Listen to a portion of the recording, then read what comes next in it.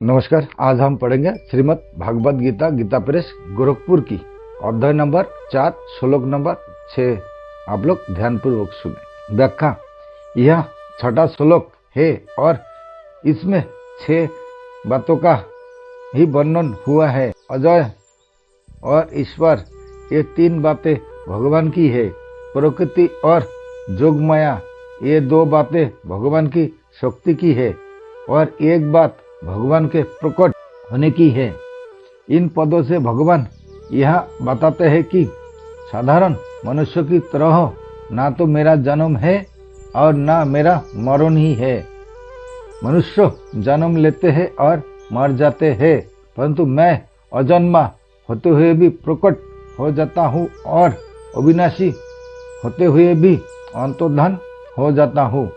प्रकट होना और अंतर्धान होना दोनों ही मेरी अलौकिक लीलाएं है। संपूर्ण प्राणी जन्मों से पहले अप्रकट थे और मरने के बाद भी अप्रकट अवक्त हो जाने वाले हैं। केवल बीच में ही प्रकट व्यक्त है। गीता दूसरे अध्याय का 28वां श्लोक। परंतु भगवान सूर्य की तरह सदा ही प्रकट रहते हैं। तात्पर्य है कि जैसे सूर्य उदय होने से पहले भी युग का युग रहता है और होने के बाद भी युग का युग रहता है, अर्थात सूर्य तो सदा ही रहता है, किंतु स्थान विशेष के लोगों की दृष्टि में उसका उदय और अस्त होना दिखता है। ऐसे ही भगवान का प्रकट होना और अंतर्धान होना लोगों की दृष्टि में है। वास्तव में भगवान सदा ही प्रकट रहते हैं। दूसरे प्राणी जैसे कर्म के परतंत्र होकर जन्म लेते हैं, भगवान का जन्म वैसे नहीं होता। कर्म की परंपराता से जन्म होने पर 2 बातें होती है, आयु और सुख दुख का भोग। भगवान में ये दोनों ही नहीं होते। दूसरे लोग जन्मते हैं तो शरीर पहले बालक होता है, फिर बड़ा होकर जुबा हो जाता है, फिर वृद्ध हो जाता है और फिर मर जाता है। परंतु भगवान में ये परिवर्तन नहीं होते। वे अवतार लेकर बाल लीला करते हैं और किशोर अवस्था 15 वर्षों की अवस्था तक बढ़ने की लीला करते हैं। किशोर अवस्था तक पहुंचने के बाद फिर वे नित्य किशोर ही रहते हैं। सैकड़ों वर्षों बीतने पर भी भगवान वैसे ही सुंदर स्वरूप रहते हैं। इसलिए भगवान के जितने चित्त बताए जाते हैं उसमें उनकी दाढ़ी मुझसे नहीं होती। अब कोई बना दे तो अलग बात है। इस प्रकार दूसरे प्राणियों की तरह ना तो भगवान का जन्म होता है, ना परिवर्तन होता है और ना मृत्यु ही होती है। प्राणी मात्र के एकमात्र ईश्वर महान शासक रहते हुए ही भगवान अवतार के समय छोटे से बालक बन जाते हैं, परंतु बालक बन जाने पर भी उनके ईश्वर भाव शासकत्व में कोई कमी नहीं आती। जैसे भगवान श्री कृष्ण ने छठी के दिन ही पुतना राक्षसी को मार दिया। पुतना का शरीर 2.5 योजन का और महान भयंकर था। यदि उनमें ईश्वर भाव ना होता तो छठी के दिन पुतना को कैसे मार देते। भगवान ने 3 महीने की अवस्था में सक्ता सुर को, 1 वर्ष की अवस्था में कृष्णा वर्त को और 5 वर्ष की अवस्था में अगासुर को मार दिया। इस तरह भगवान ने बाल्यावस्था में ही अनेक राक्षसों को मार दिया। 7 वर्षों की अवस्था में ही उन्होंने गोवर्धन पर्वत को 1 उंगली पर उठा लिया। संपूर्ण प्राणियों के ईश्वर होते हुए भी भगवान अवतार के समय छोटे से छोटे बन जाते हैं और छोटा सा छोटा काम भी कर लेते हैं। वास्तव में यही भगवान की भगवत्ता है। भगवान अर्जुन के घोड़े हाँकते हैं और उनकी आज्ञा का पालन करते हैं, फिर भी भगवान का अर्जुन पर और दूसरे प्राणियों पर ईश्वर भाव वैसा का वैसे ही है। सारथी होने पर भी वे अर्जुन को गीता का महान उपदेश देते हैं। भगवान श्री राम पिता दशरथ की आज्ञा को टालते नहीं और 14 वर्षों के लिए वन में चले जाते हैं। फिर भी भगवान का दशरथ पर और दूसरे प्राणियों पर ईश्वर भाव वैसा का वैसे ही है। जो सत्व रजो और तमो इन तीनों गुणों से अलग है वह भगवान की शुद्ध प्रकृति है। यह शुद्ध प्रकृति भगवान का स्वकीय सच्चिदानंद घन स्वरूप है। इसी को संदिनी शक्ति, सबितो शक्ति और आहादिनी शक्ति कहते हैं। इसी को चिन्मय शक्ति, कृपा शक्ति आदि नामों से कहते हैं। श्री राधा जी, सीता जी आदि भी यही है। भगवान को प्राप्त करने वाली भक्ति और ब्रह्म विद्या भी यही है। प्रकृति भगवान की शक्ति है। जैसे अग्नि में 2 शक्तियां रहती है, प्रकाशिका और दाहिका। प्रकाशिका शक्ति अंधकार को दूर करके प्रकाश कर देती है तथा भय भी मिटाती है। दाहिका शक्ति जला देती है तथा वस्तु को पकाती एवं ठंडक भी दूर करती है। ये दोनों शक्तियां अग्नि से भिन्न भी नहीं है और अभिन्न भी नहीं है। भिन्न इसलिए नहीं है कि वे अग्नि रूप ही है, अर्थात उन्हें अग्नि से अलग नहीं किया जा सकता, और अभिन्न इसलिए नहीं है कि अग्नि के रहते हुए भी मंत्रों, औषध आदि से अग्नि की दाहिका शक्ति कुठित की जा सकती है। ऐसे ही भगवान में जो शक्ति रहती है उसे भगवान से भिन्न और अभिन्न दोनों ही नहीं कर सकते। जैसे दियशलाई में अग्नि की सत्ता तो सदा रहती है, पर उसकी प्रकाशिका और दाहिका शक्ति छिपी हुई रहती है। ऐसे ही भगवान संपूर्ण देश, काल, वस्तु, व्यक्ति आदि में सदा रहते हैं, पर उनकी शक्ति छिपी हुई रहती है। उस शक्ति को अधिष्ठित करके अर्थात अपने वश में करके उनके द्वारा भगवान प्रकट होते हैं। जैसे जब तक अग्नि अपनी प्रकाशिका और दाहिका शक्ति को लेकर प्रकट नहीं होती तब तक सदा रहते हुए भी अग्नि नहीं दिखती। ऐसे ही जब तक भगवान अपनी शक्ति को लेकर प्रकट नहीं होते तब तक भगवान हरदम रहते हुए भी नहीं दिखते। राधा जी, सीता जी, रुक्मणी जी आदि सब भगवान की निजी दिव्य शक्तियां है। भगवान सामान्य रूप से सब जगह रहते हुए भी कोई काम नहीं करते। जब करते हैं तब अपनी दिव्य शक्ति को लेकर ही करते हैं। उस दिव्य शक्ति के द्वारा भगवान विचित्र विचित्र लीलाएं करते हैं। उनकी लीलाएं इतनी विचित्र और अलौकिक होती है कि उनको सुनकर, गाकर और याद करके भी जीव पवित्र होकर अपना उद्धार कर लेते हैं। निर्गुण उपासना में वही शक्ति ब्रह्म विद्या हो जाती है और सगुण उपासना में वही शक्ति भक्ति हो जाती है। जीव भगवान का ही अंश है। जब वह दूसरे में मानी हुई ममता हटाकर एकमात्र भगवान की सत सिद्ध वास्तविक आत्मीयता को जागृत कर लेता है तब भगवान की शक्ति उसमें भक्ति रूप से प्रकट हो जाती है। वह भक्ति इतनी विलक्षण है कि निराकार भगवान को भी साकार रूप से प्रकट कर देती है, भगवान को भी खींच लेती है। वह भक्ति भी भगवान ही देते हैं। भगवान की भक्ति रूप शक्ति के 2 रूप है, विरह और मिलन। भगवान विरह भी भेजते हैं और मिलन भी। जब विरह भेजते हैं तब भक्तो भगवान के बिना व्याकुल हो जाता है। व्याकुलता की अग्नि में संसार की आसक्ति जल जाती है और भगवान प्रकट हो जाते हैं। ज्ञान मार्ग में भगवान की शक्ति पहले उत्कट जिज्ञासा के रूप में आती है, जिससे तत्व को जाने बिना साधक से रहा नहीं जाते, और फिर ब्रह्मा विद्या रूप से जीव के अज्ञान का नाश करके उसके वास्तविक स्वरूप को प्रकाशित कर देती है। परंतु भगवान की वह दिव्य शक्ति जिसे भगवान विरह रूप से भेजते हैं, उससे भी बहुत विलक्षण है।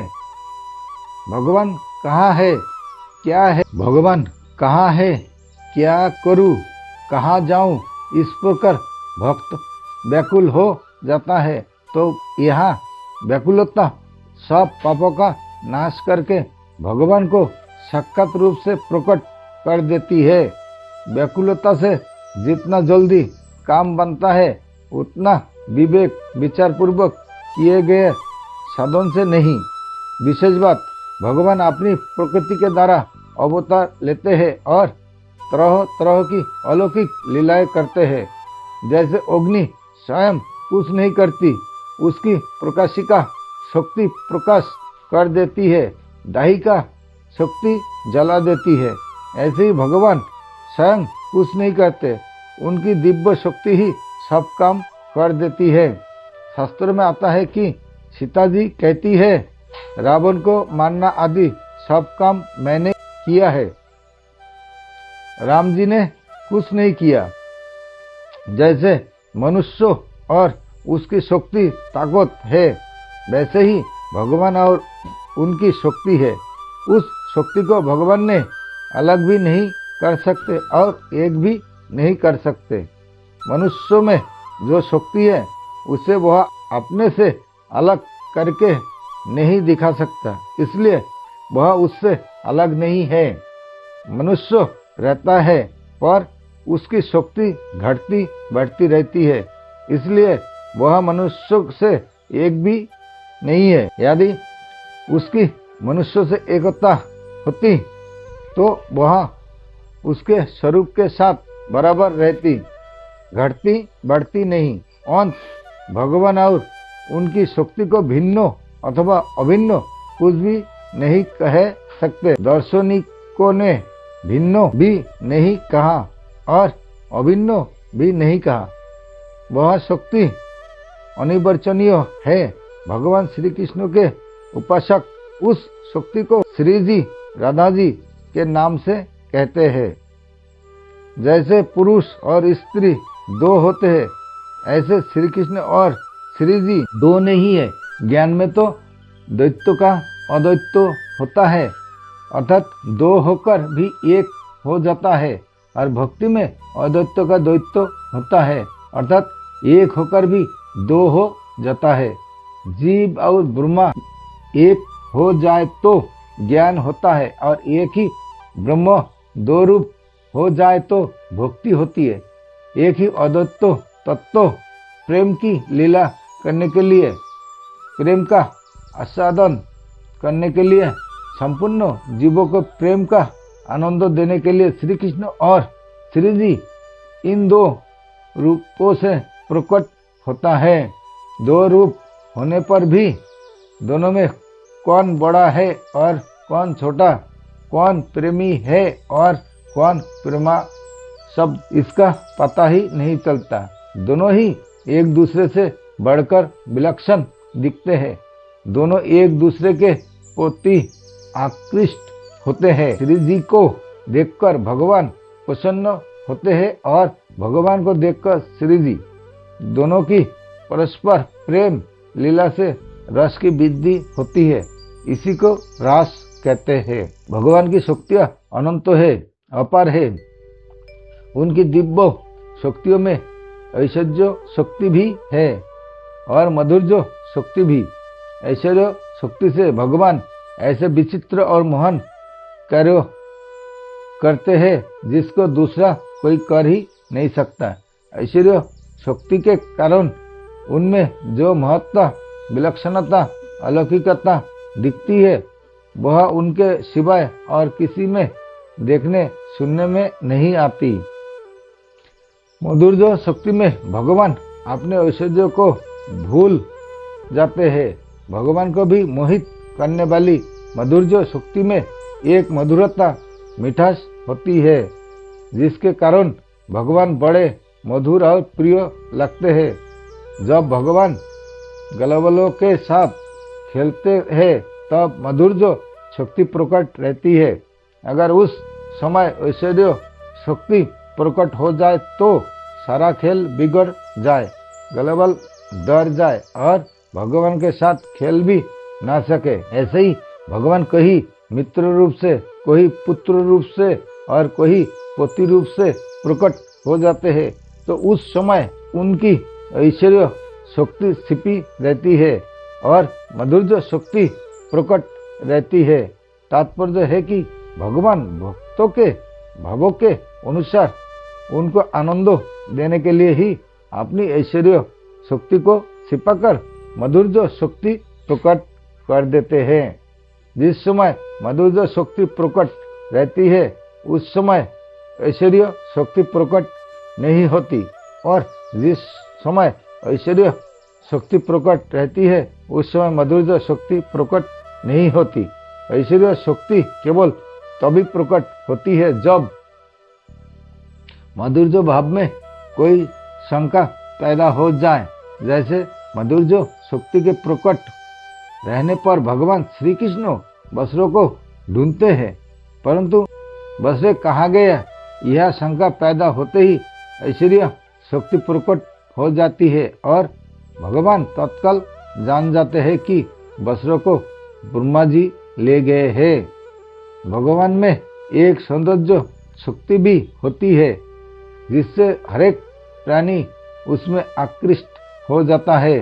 भगवान श्री कृष्ण के सौंदर्य को देखकर मथुरापुरवासिनी स्त्रियां आपस में कहती है, इन भगवान श्री कृष्ण का रूप संपूर्ण सौंदर्य का सार है। सृष्टि मात्र में किसी का भी रूप इनके रूप के समान नहीं है। इनका रूप किसी के संवारने, सजाने अथवा गहने कपड़ों से नहीं, प्रस्तुत स्वयं सिद्ध है। इस रूप को देखते देखते तृप्ति भी नहीं होती, क्योंकि यह नित्य नवीन ही रहता है।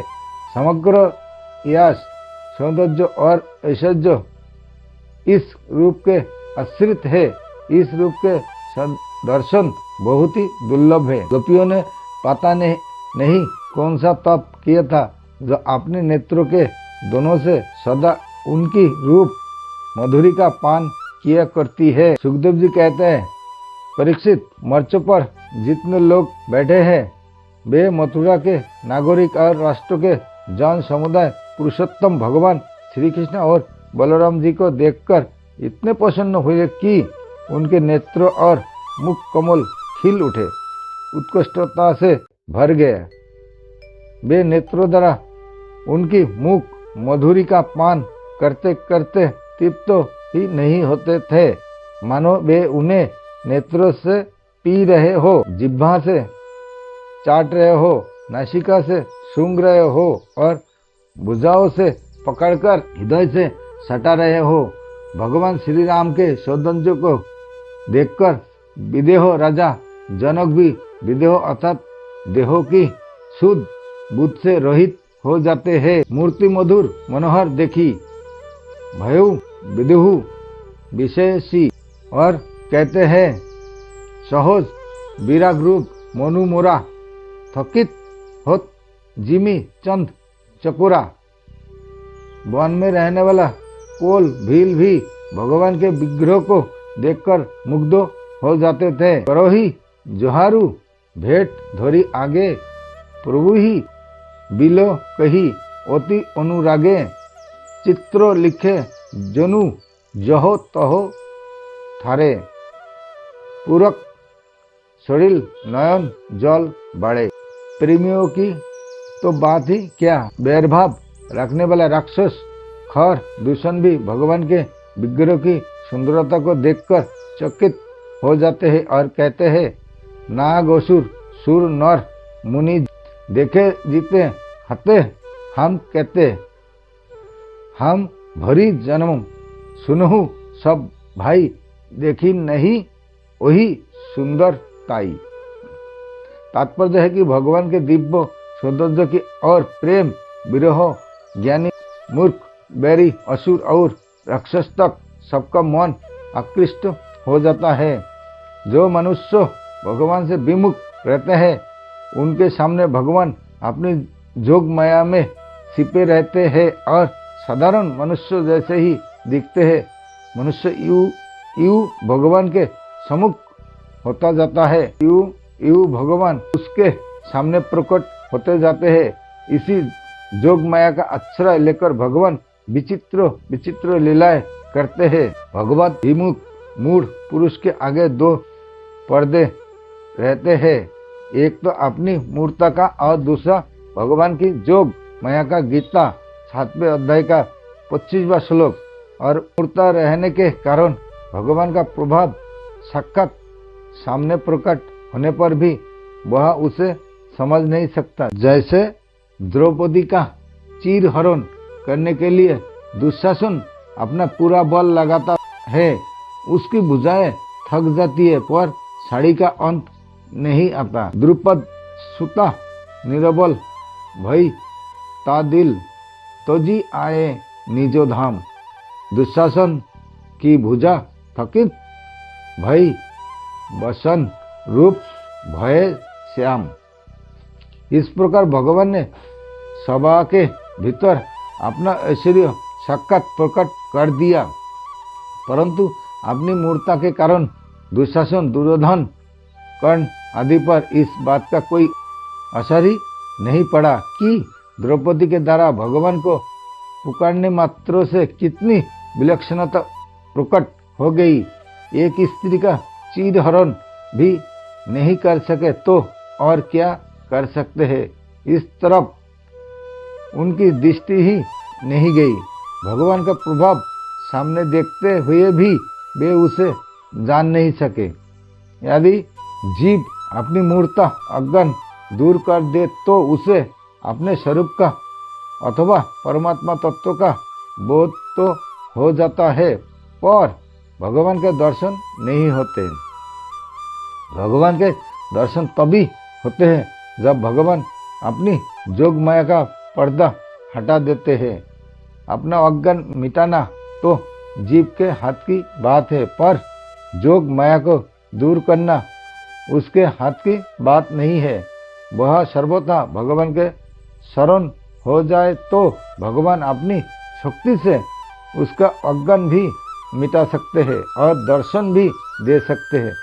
भगवान जितनी लीलाएं करते हैं सब जोग माया का आश्रय लेकर ही करते हैं। इसी प्रकार उनकी लीला को देख सकते हैं, उसका अनुभव कर सकते हैं। यदि बेल जोग माया का आश्रय ना ले तो उनकी लीला को कोई देख ही नहीं सकता, उसका आस्वादन कोई कर ही नहीं सकता। अवतार संबंधी विशेष बात। अवतार का अर्थ है नीचे उतरना। सब जगह परिपूर्ण रहने वाले सच्चिदानंदन स्वरूप परमात्मा अपने अनन्य भक्तों की इच्छा पूरी करने के लिए अत्यधिक कृपा से एक स्थान विशेष में अवतार लेते हैं और छोटे बन जाते हैं। दूसरे लोगों का प्रभाव या महत्व तो बड़े हो जाने से होता है, पर भगवान का प्रभाव या महत्व छोटे हो जाने से होता है। कारण कि अपार असीम अनंत होकर भी भगवान छोटे से बन जाते हैं। यह उनकी विलक्षणता ही है। जैसे भगवान अनंत ब्रह्मांडों को धारण करते हैं, परंतु एक पर्वत को धारण करने से भगवान गिरिधारी नाम से प्रसिद्ध हो गया। अनंत ब्रह्मांड जिनके रोम रोम में स्थित है, ऐसे परमेश्वर एक पर्वत को उठा ले, यह कोई बड़ी बात नहीं, प्रस्तुत छोटी बात है, परंतु छोटी बात में ही भगवान की बड़ी बात होती है। इसी प्रकार अवतार लेने में ही भगवान की विशेषता है। साधारण आदमी जिस स्थिति पर है उसी स्थिति पर आकर भगवान वैसी लीला करते हैं। बिल्कुल भोले भाले साधारण बालक की तरह बनकर लीला करते हैं। गलबलो से खेलते समय वे दूसरे गलबलों से हार भी जाते हैं। जो गलबल जीत जाता है वह सवार बन जाता है और भगवान घोड़ा बन जाते हैं।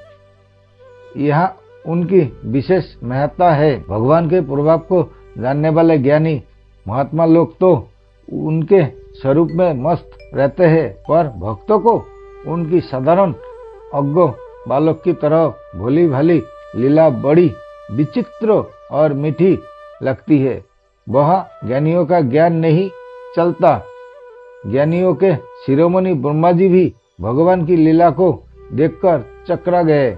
बड़े बड़े ऋषि मुनि जोगी तपस्वी संत महात्मा भी उनकी लीलाओं के रहस्य को नहीं जान सकते और इस विषय में मुँह हो जाते हैं। भगवान ही कृपा करके जिन प्यारे अंतरंग भक्तों को जानना चाहते हैं वे ही उनकी लीला के तत्व को जान पाते हैं। सोई जाई जानी जेही देहु जनाई। मनुष्य गाय चढ़ाते समय गलबलों से खेलते समय भी भगवान बड़े बड़े प्रभावशाली कार्य कर देते हैं। बड़े बड़े बलवान राक्षसों को भी चुटकियों में ही खत्म कर देते हैं। छोटे से बालक बनने पर भी उनका प्रभाव वैसा का वैसा ही रहता है। जैसे कोई बहुत बड़ा विद्वान किसी बालक को वर्णमाला सिखाता है तो वह बालक का हाथ पकड़कर उससे क ख ग लिखवाता है और मुंह से भी वैसा बोलता है, परंतु इसका अर्थ यह नहीं है कि वह विद्वान स्वयं वर्णमाला सीखता है। वह तो बालक की स्थिति में आकर उसे सिखाता है जिससे वह सुगमता पूर्वक सीख जाए। ऐसे ही अनंत ब्रह्मांड नायक भगवान हम लोगों के बीच हमारे सामने आते हैं और हमारे तरह ही बनकर हमें शिक्षा देते हैं। उनकी बड़ी अलौकिक विचित्र लीलाएं होती है जिनका श्रवण पठन और गायन करने से भी लोगों का उद्धार हो जाता है। परिशिष्ट भाव भगवान प्रकृति की सहायता से ही क्रिया लीला करते हैं। किसी के लिए सीता जी कहती है कि सब कर्ज मैंने किए है, इसीलिए सीता जी कहती है कि सब कर्जो मैंने किया है। भगवान राम ने कुछ नहीं किया।